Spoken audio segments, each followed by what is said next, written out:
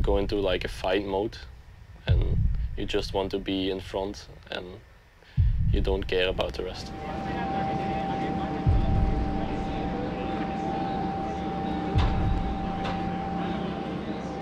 Quand tu l'as jamais fait, c'est difficile à expliquer. Hein. Dès qu'on tourne le panneau de 15 secondes, ben, la tension dans le corps, l'adrénaline qui monte, ben, tu deviens un petit peu électrique. Ouais, tu vois, et puis 5 secondes, et la pulsation, même si tu ne bouges pas, on a déjà remarqué avec les polars et tout ça, que même juste en se concentrant et se préparer pour le départ, la pulsation monte à 180 ou quelque chose, donc c'est un truc de fou. Donc dès que la grille tombe, t'es vraiment électrique.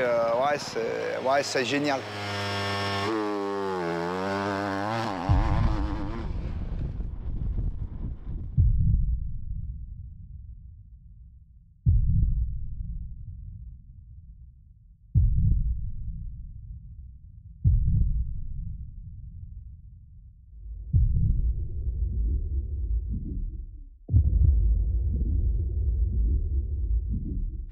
You have the track, it's changing every lap almost, and every time you go on the track it's different.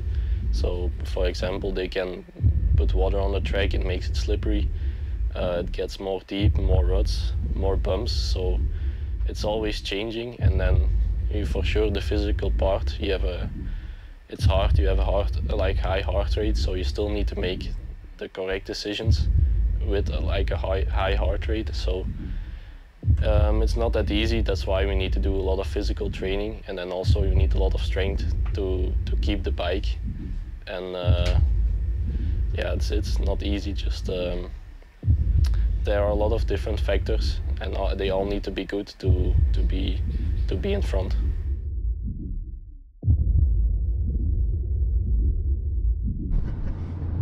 My name is Jago Geerts. I'm 22 years old. I live in Monaco, and I'm a professional motocross rider for Yamaha Factory Racing.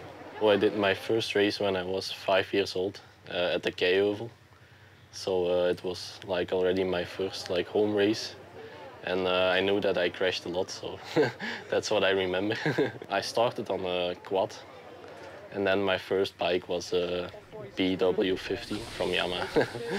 Jago Geerts, c'est le fils de Herman Gevers, qui était à l'époque le mécano de Jackie Martens, de Marnik Bervoets.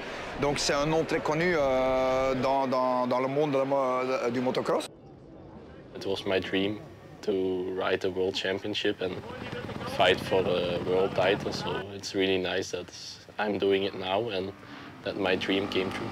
I always only did motocross and not really different sports because I loved it so much and I didn't want to do anything else. So it was already from the beginning that I really was a big fan of motocross. Yeah, it's a full-time job, you know. It's really hard. We need to do a lot of training and physical training and riding. So it doesn't come easy, but it's I think for me it's the best job in the world, and I really like motocross. And it's really nice that I can make my money with my hobby actually. C'est pas une vie comme tout le monde vit, au jour le jour. C'est une vie vraiment professionnelle où il faut être carré, il faut aller dormir à temps, il faut se lever à temps, il faut manger ce qu'il faut manger. Et le public, les personnes autour de lui aussi, quand on voit une personne à la télé régulièrement dans un sport de haut niveau, il faut savoir gérer l'aspect vie de tous les jours et aspect sportif. Et ça, je pense que c'est pas facile. C'est facile de l'extérieur, mais en réalité, de l'intérieur, ça met une pression. On vous attend, spécialement Jago aussi, depuis le nombre d'années qu'il est sur l'avant-plan. Et son but ultime, c'est comme tous les pilotes, c'est d'être champion du monde. Donc je pense que ça se joue sur très peu de détails. Et je pense que la carrière ou l'expérience d'année en année fait que tout le monde ne peut pas être champion du monde du jour au lendemain. Ça se construit. Il y en a de ceux qui prennent un peu plus de temps, il y en a de ceux que ça vienne un peu plus vite. Mais Jago, je pense qu'il a construit ça avec de l'expérience. Et j'espère qu'un jour, qu'il pourra avoir son titre, parce qu'il le mérite. La façon dont il bosse au quotidien, Il est hyper professionnel dans sa vie privée et professionnelle. Donc j'espère pour lui qu'un jour il pourra concrétiser ce qu'il est venu chercher pendant le nombre d'années. Il le mérite vraiment parce que ça fait quand même la 4e année qu'il se bat pour le titre et il est souvent devant, donc j'espère que ça va aller. C'est un gars très sympa, très facile, jamais de problème, d'accord avec tout, c'est pas le pilote difficile. Il respecte le travail qu'on fait, il respecte la moto, il sait bien, son papa a été mécanicien de course aussi, donc il sait bien le boulot qu'on fait et vraiment respectueux. Well, I know Iago already a few years now. We are working, I don't know, I have to think, maybe 6-7 years now together. So he's a quiet person, like me before. So yeah, it's a good combination. I mean, I like to train with Iago. He's listening very good. He's picking up things really quickly. So it's really nice to work with a rider like Iago.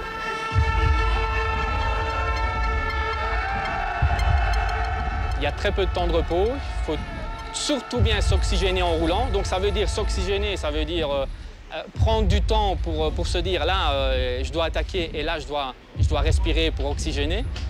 Parce que c'est 35 minutes, mais c'est 35 minutes à gérer. Spécialement ici, on est en Espagne. Il y a la chaleur qui joue un peu aussi.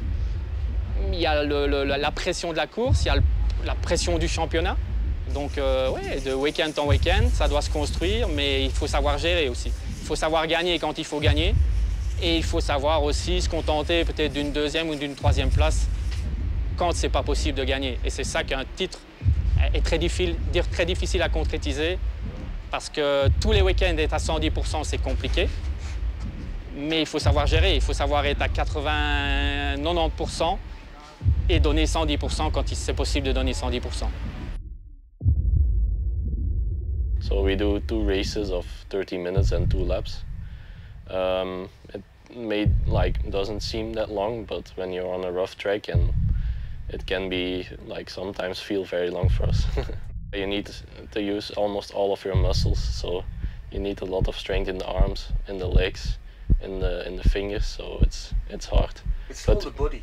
Yeah, it's the whole body. But when you ride more, you get used to it for sure. But when you start as a beginner, then it's really hard in the first few weeks. Yeah, when it's hot and on a track in Lommel or something, then it's already after 15 minutes that you are tired, but you still need to keep going, and that makes it really tough sometimes. Celui qui veut quelque chose, qui veut le maximum, qui veut essayer d'être champion du monde, il doit se transcender, il doit avoir quelque chose de plus. Il doit savoir que ça se construit la semaine, ça se concrétise le week-end. Mais pour ça, il faut donner 110%. Celui qui est à 80% de la semaine, il ne peut pas être à 110% le week-end. Donc ça se construit à 110% la semaine, mais aussi le week-end. Il y a une grande différence entre le Iago à côté de la moto et sur la moto. Quand il met son casque, c'est quelqu'un qui attaque, qui est très vif, disons, et à côté de la moto, il a l'air d'être un peu timide, d'être réservé. Mais ouais, mais c'est génial parce que ouais, dès qu'il met son casque, tu t'attends pas à ça. Donc, mais sur la moto, il est un pilote très attaquant et ouais, très joli à voir.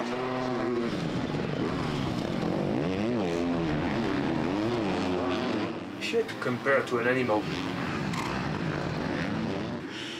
Maybe gorilla.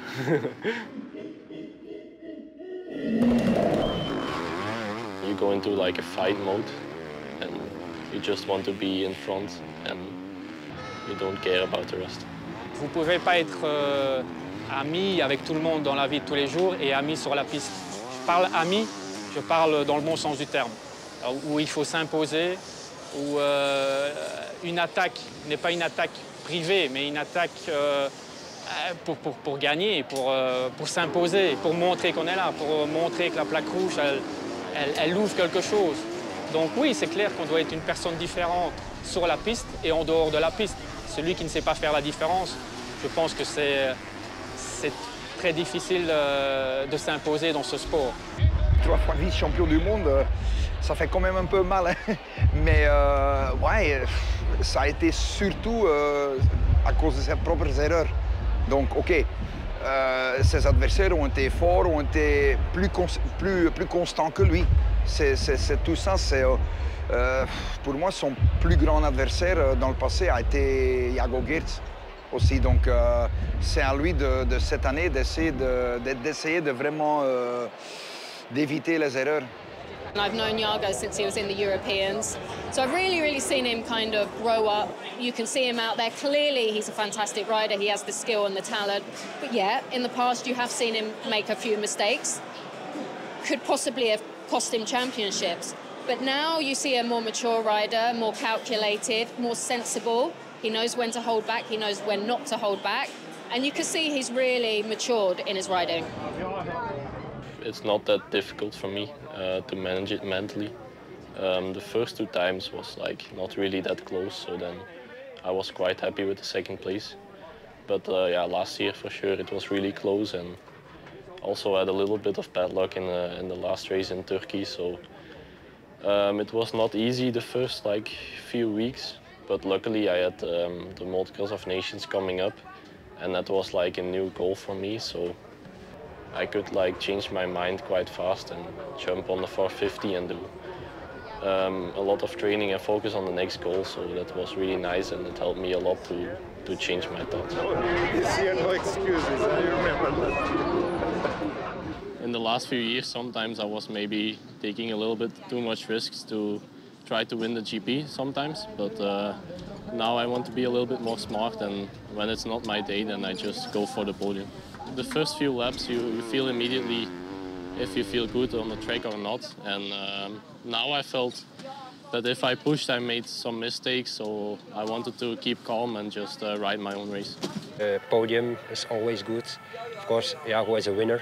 He wants to win, but yeah, like today, 2 good motos, two times second on the podium, so which is important, good points, and also for the championship. Le futur motocross belge, ça s'annonce pas trop mal. Tout d'abord avec Jago, évidemment, qui est déjà là depuis quelques années quand même. Mais à part de ça, il y a Liam, qui commence quand même à grandir, à se développer. C'est pas facile pour lui d'être le fils de Stéphane. Ouais, donc oui, il y a un certain poids sur ses épaules, ça on le voit de temps en temps. Et dans le team, on essaie surtout d'enlever la pression, disons, et de lui faire s'amuser et tout ça, dans l'ambiance du team, et de ne pas parler trop du nom Everts et de... Ouais. Voilà. Liam is doing really good now. He had his first podium 2 weeks ago, I think, in Arco. No, it's not easy for sure. I think he has a lot of like extra pressure because of that, but he seems like he manages it quite well, and I think he will also have a nice career.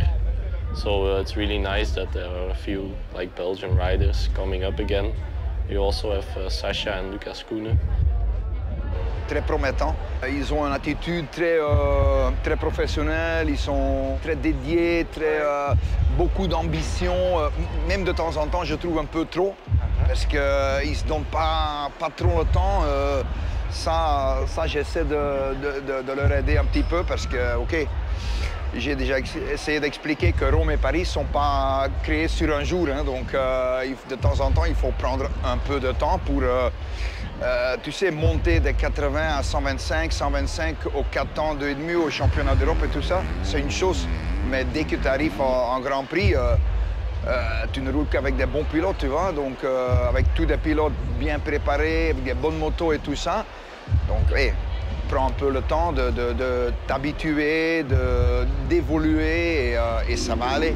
Donc, ça fait que pour l'instant, peut-être... les résultats n'ont pas encore été vraiment exceptionnels, mais surtout Lucas, ok, Sacha il a été blessé, mais Lucas pour moi il a montré déjà des bonnes choses, de très bonnes choses. Yeah, he showed already really good things in the EMX 125 and EMX 250, and also this season he is already like quite fast. Just maybe making a little bit too much mistakes sometimes, but yeah, it's normal, and he's only 16 years old, so it will come, and I think he also has a really nice future ahead. Sasha, for sure, he had an injury now, so it's a little bit more difficult for him, but I think in the next few races he will come back to his speed, and then he will battle with Lucas, I think.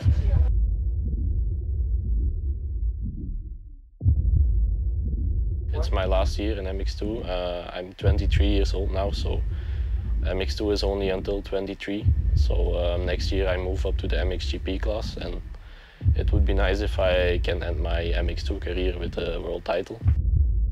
Bravo, Marcus.